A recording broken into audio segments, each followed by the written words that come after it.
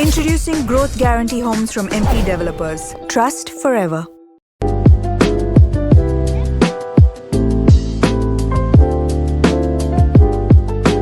பேரவைத் தலைவர் அவர்களே, முன்னாள் அமைச்சர் 9 முறை சட்டமன்ற உறுப்பினர் அவர்கள் கூறினார், நாங்கள் தான் வீடு கட்டி கொடுத்தோம் சொன்னாங்க. வீடு கட்டி கொடுத்தீங்க, ஆனால் அந்த வீட்டோட தரத்தை எப்படி இருக்குன்னு கொஞ்சம் போய் பாருங்க. ஒவ்வொரு வீட்லையும் பார்த்தீங்கன்னா அங்கங்க உடஞ்சி தொங்குது, கம்பி தெரியுது. இதில் பார்த்தீங்கன்னா அதுக்கு மறுசீரமைப்புன்னு சொல்லி 50,000 55,000 சொல்றீங்க. ஆனால் பார்த்தீங்கன்னா 2 கிலோ சிமெண்ட்டை பூசி விட்டு ஒரு வெள்ளை சின்னாம்பு அடிச்சுட்டு மறுசீரமைப்புன்னு பண்ணியிருக்காங்க. இதை கொஞ்சம் ஆய்வு செய்வீங்க. மாண்புமிகு பேரவைத் தலைவர் அவர்களே, மாண்புமிகு வேளாண் துறை அமைச்சர் சொன்னார், கடந்த காலத்தில் கட்டப்பட்ட வீடுகளெல்லாம் பழுதுபட்டு இருக்கிறது, அது உங்களால் சரியாக பழுதுபார்க்கவில்லை என்றெல்லாம் சொன்னார்கள். உங்களுக்கு தெரியும், 1986ஆம் ஆண்டிலிருந்து இந்திரா காந்தி அவர்களுடைய காலத்திலிருந்து அந்த வீடு 13,000 ரூபாயில் ஆரம்பிக்கப்பட்டது. அப்போல்லாம் நாங்கள் சேர்மன், அவரும் சேர்மன், அவர் அந்த ஊர் சேர்மன், நான் புள்ளம்பாடி சேர்மன். 13,000 ஆரம்பிக்கப்பட்டு 3 லட்சம் ரூபாய் வரை நேரடியாக அரசாங்கமும் கான்ட்ராக்டுக்காரங்களோ கட்டுறதில்லை. அது இந்த பயனாளி பெருமக்களே கட்டுவது. அதுதானே தவிர பயனாளிகள் ஒவ்வொருவர் கூடுதலாக காசு பணத்தை போட்டு கட்டுகிறார்கள். ஒருவரோட பணம் இல்லை என்று சொன்னால் இருக்கிறதை வைத்து கட்டுகிறார்கள். அதற்கு தான் பிறகு தலைவர் தளபதி இருக்கும்போது சரி, கலைஞர் இருக்கும்போது சரி, ஏற்கனவே கட்டப்பட்ட சமத்துவபுர வீடுகள் எல்லாம் பழுது பார்ப்பதற்கென்று அதற்கென்று தனியாக நிதி ஒதுக்கி அரசு சார்பாக நிதி ஒதுக்கப்பட்டது. எனவே நீங்கள் கூட இப்போது 70,000 வீடுகள் 5 லட்சம் ரூபாய் செலவில் இந்த அரசு வழங்கி இருக்கிறது. இதை இன்னைக்கு ஏற்கனவே நம்முடைய அமைச்சர் அவர்கள் நேரடியாக சென்று பார்த்தார்கள். எல்லாம் பேஸ்மெண்ட் அளவில் இருக்கிறது என்றெல்லாம் சொல்லியிருக்கிறார்கள். அது பயனாளிகள் பெருமக்கள் அவர்களுடைய சௌகரியத்தை கட்டி கொண்டு வருகிறார்கள். நீங்களாவது நல்ல முறையில் அந்த 5 லட்சத்தில் கட்டியிருக்கிறீங்க. நாளைக்கு உங்களை பார்த்து நீங்கள் கட்டினது சரியில்லைன்னு சொல்லாத அளவுக்கு நீங்கள் பார்த்துக்குங்க. அவ்வளோதான் சார். ஓகேங்க, ஓகே, நாங்கள் தெரிஞ்சுக்கிறோம். ஓகே, நாங்கள் தெரிஞ்சுக்கிறோம். மாண்புமிகு பேரவைத் தலைவர்களே, கடந்த 5 ஆண்டு காலத்தில் கட்டி கொடுத்த வீடுகள் நிறைய இடத்துல இடிஞ்சு தொங்குது. அதை அந்த மக்கள்கிட்ட கேட்டா தெரியும். ஆனா நமது முதலமைச்சர் ஆட்சியில கட்டி கொடுக்கிற வீடு இன்னொரு 50 ஆண்டுகளுக்கு ரொம்ப தரமா இருக்குன்றதை தெரிவித்துக் கொள்கிறேன். உறுப்பினர் உட்கார. மாண்பு நீர்வளத்துறை அமைச்சர் அவர்கள், நீர்வளத்துறை அப்புறம் தரேன். நீங்க அடுத்து உட்காருங்க.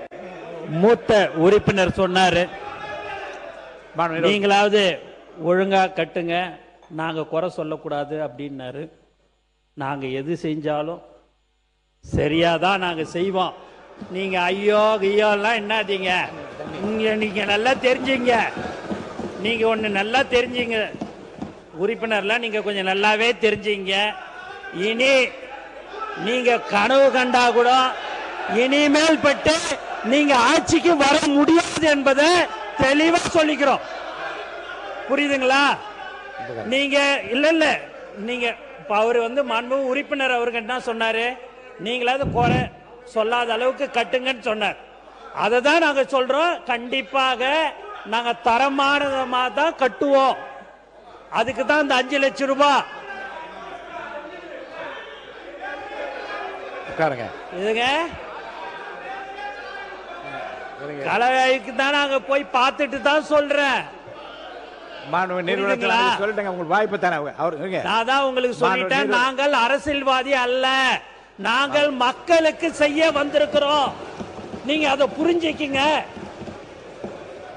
இத நீங்க சபையில நீங்க பேசும்போது நீங்க அது எப்படி பேசணுன்றதெல்லாம் உங்களுக்கு தெரியும்.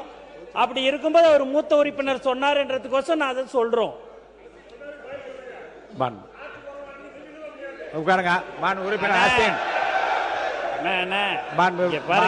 எம்ஆர்கே பன்னீர்செல்வம் அவர்கள் பேசுறீங்களா?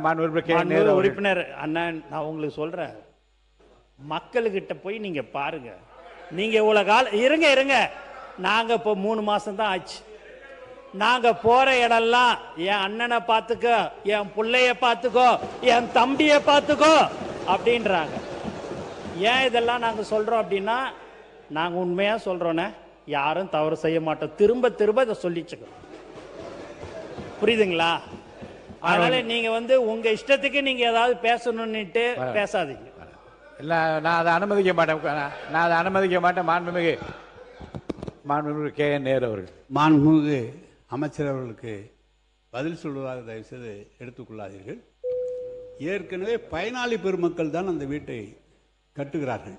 கான்ட்ராக்ட்காரர்களோ அல்லது நாங்களோ அரசு அதிகாரிகள் மேற்பார்வையிடுவது மட்டும்தான் அரசு அதிகாரிகள். அமைச்சர்களும் சென்று நீங்கள் எப்படி பார்த்து விட்டு வருகிறீர்களோ அதே மாதிரி தான் அமைச்சர்கள் பார்த்து விட்டு வருகிறார்கள். எனவே தான் நான் சொன்னது, எங்களுடைய காலத்தில் அது சரியாக இருந்தது. 1 லட்சம் வீடுகள் கட்டி அதை திறந்து வைத்து ஊரகத்துறை அமைச்சர் அவர்களும் முதலமைச்சரும் சென்று போகும்போது நானும் போயிருந்தேன்.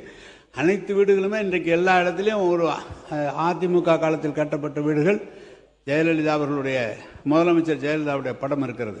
எங்களுடைய காலத்தில் கட்டப்பட்ட வீடுகளுக்கு கலைஞருடைய படம் போட்டு அங்கே வீடு கலைஞர் திட்டம் என்று வீடுகள் போட்டு எங்கு சென்றாலும் கிராமத்தில் செல்கிற போது அந்த வீடுகள்லாம் நன்றாக தான் இருக்கிறது.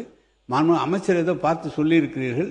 எனவே எங்கள் காலத்தில் கட்டப்பட்ட வீடுகள், அதுவும் அமைச்சர் அவர்கள் அந்த துறையிலே பாண்டித்தியம் பெற்றவர், நன்றாக பார்த்து செய்திருக்கிறார்கள். எனவே நீங்கள் சொல்வதை போல அவர் நம்முடைய வேளாண் துறை அமைச்சர் சொல்கிறார் அங்கு தொங்குகிறது என்று.